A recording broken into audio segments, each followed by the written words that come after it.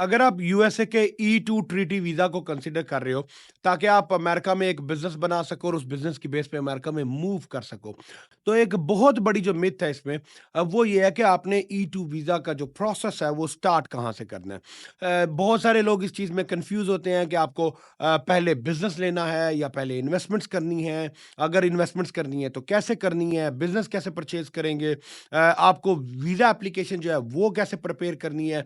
तो in short बहुत सारी कन्फ्यूजन्स हैं कि ये ई2 का जो प्रोसेस है वो स्टार्ट कहाँ से होगा या आपको कहाँ से स्टार्ट करना चाहिए।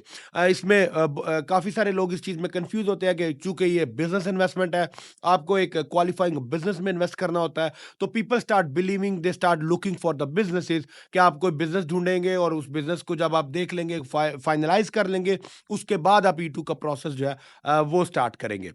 तो आज इस वीडियो में मैं आपको स्टेप बाय स्टेप गाइडलाइंस के साथ एक्सप्लेन करूंगा कि ई2 वीजा के लिए आपका फर्स्ट स्टेप जो है वो क्या होना चाहिए, ताकि आप अपने एक राइट प्रोसेस के थ्रू, राइट चैनल के थ्रू अपने ई2 की जो मंजिल है उस तक पहुंच सके। So stay tune till the end of this video. अस्सलाम वालेकुम, my name is Rahil Shaikh, I am a business consultant based in Virginia, USA. मेरी फर्म स्टार्टअप बिजनेस ब्यूरो में we provide consulting and management services to international investors and entrepreneurs जो America में business establish करना चाहते हैं और उस बिजनेस की बेस पे यूएसए में मूव होना चाहते हैं, ई2 वीजा को क्वालिफाई करना चाहते हैं। तो E2 visa basically treaty countries के इन्वेस्टर्स के लिए एक ऐसी जबरदस्त जो है वो अपॉर्चुनिटी होती है कि जिसमें आप एक स्मॉल स्केल के बिजनेस में investment with budget of as low as $100,000 और अबव, आप अपने एक इन्वेस्टमेंट करते हो एक क्वालिफाइंग बिजनेस में, और उस बिजनेस की बेस के ऊपर आप ई2 को वी2 एप्लीकेशन को प्रोसेस करते हो। अच्छा, ई2 एप्लीकेशन का प्रोसेस समझ लेते हैं पहले कि इसका स्टेप बाय स्टेप जो है वो क्विक गाइडलाइन जो है वो ये है कि सबसे पहले आपका होता ही है कि आपकी एक जो है वो कंपनी रजिस्टर होती है।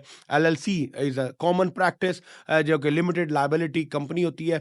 आपकी एक कंपनी बनती है स्टेप 1 पे, फिर आपके टैक्स रजिस्टर होते हैं, फिर आपका एक जो टैक्स प्रोफाइल है वो क्रिएट होता है।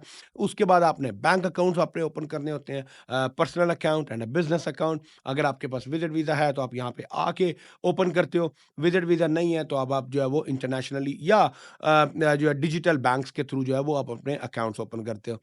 अकाउंट्स ओपन होने के बाद आपने पैरेलली जो है वो अपने फंड्स ऑर्गेनाइज करने हैं, फंड्स का प्रूफ ऑफ फंड्स जो है वो मैनेज करना है। मनी ट्रेल्स आपके क्रिस्टल क्लियर होने चाहिए।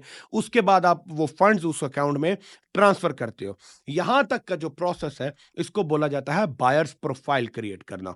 बायर्स प्रोफाइल का जो मतलब है वो ये है कि आप अगर आज अमेरिका में आए और आपको कोई बिजनेस परचेज करना है ई2 के लिए, you go and you found a best business in the market, you are not ready to buy that business because आपका जो बायर प्रोफाइल है वो अभी तक रेडी नहीं हुआ। तो सबसे पहला जो स्टेप होता है उस वो बिजनेस ढूंढना नहीं होता, वो आपका बायर प्रोफाइल क्रिएट करना है, जिसमें आपके लीगल पेपर वर्क, कंपनी की registration and tax registration, bank account, money trails का पेपर वर्क, आपकी प्रोफाइलिंग, आपका एक ओवरऑल पर्सनल इंडिविजुअल प्रोफाइल। क्योंकि जो भी बिजनेस आप परचेज करोगे, मिसाल के तौर पे अगर कोई रिटेल है मोस्ट लाइकली, तो उसमें आपकी जो है वो लीज एप्लीकेशन जाती हैं। लीज एप्लीकेशन में आपका प्रोफाइल जाना है, आपके सीवी जाना है, आपके एक्सपीरियंसेस जाने हैं, उसके बाद लैंडलॉर्ड आपको लीज ट्रांसफर करेगा। इसी तरह कोई भी आप जो बिजनेस करने जा रहे हो उसमें मोर इंपॉर्टेंट ये है कि आपके पास फंड्स अवेलेबल हो अकाउंट में, आपके पास कंपनीज रजिस्टर हो। बिकॉज अगर आप डायरेक्टली जाके किसी सेलर को बोलोगे या किसी बिजनेस को बोलोगे कि आपको वो बिजनेस के डॉक्यूमेंट दिखाए, बिजनेस के अकाउंट्स और फाइनेंसिस दिखाए, ताकि आप ड्यू डिलिजेंस कर सको, बिजनेस परचेज कर सको, तो वो आपको साथ कभी भी कोऑपरेट नहीं करेगा। तो स्टेप 1, आपको प्रोफाइल क्रिएट करना है। प्रोफाइल कैसे क्रिएट करना है, इसके लिए जो सबसे बेस्ट स्ट्रेटेजी होती है वो ये होता है कि आप किसी प्रोफेशनल हेल्प ले। हम बिजनेस कंसल्टेंट के पास जाइए, बिजनेस ब्रोकर्स के पास जाइए, they can work on your profile, ताकि आप अपने उस सेलर के साथ कम्युनिकेट करने के लिए, जो भी बिजनेस आपने शॉर्टलिस्ट किया या पसंद किया या फाइनलाइज किया, आप उसके साथ कम्युनिकेट करने की पोजीशन में आ सकें।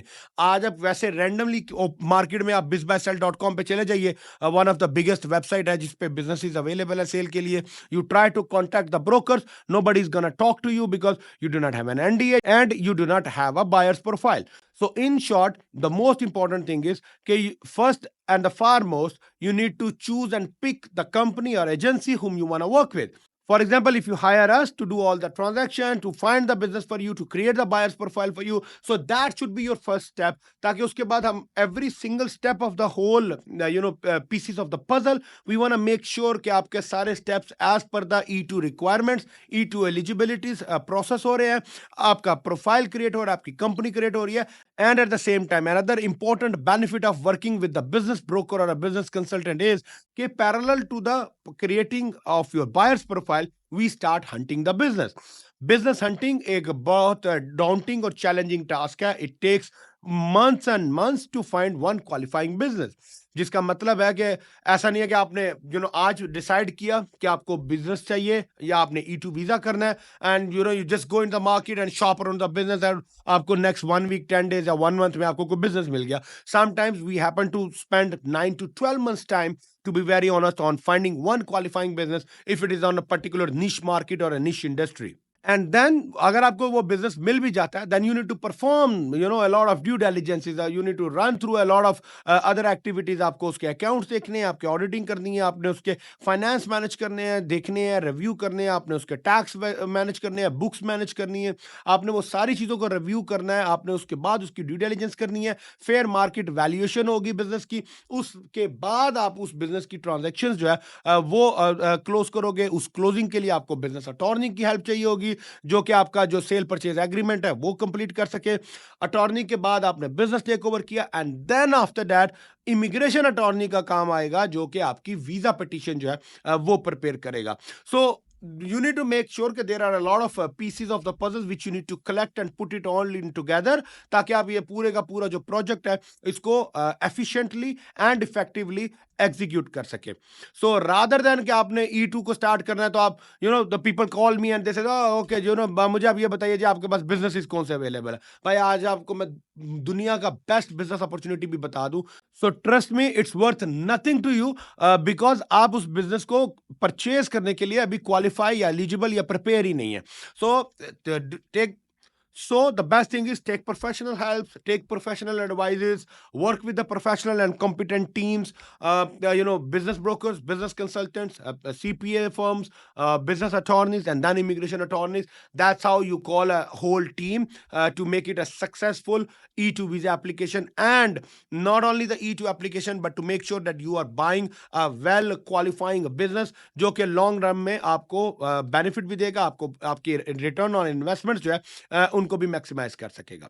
सो E2 से रिलेटेड या यूएस बिजनेस से related, if you have any further questions or concerns, feel free to reach out to me. Me and my team would be happy to address all of your concern. Thank you so much. अस्सलाम वालेकुम.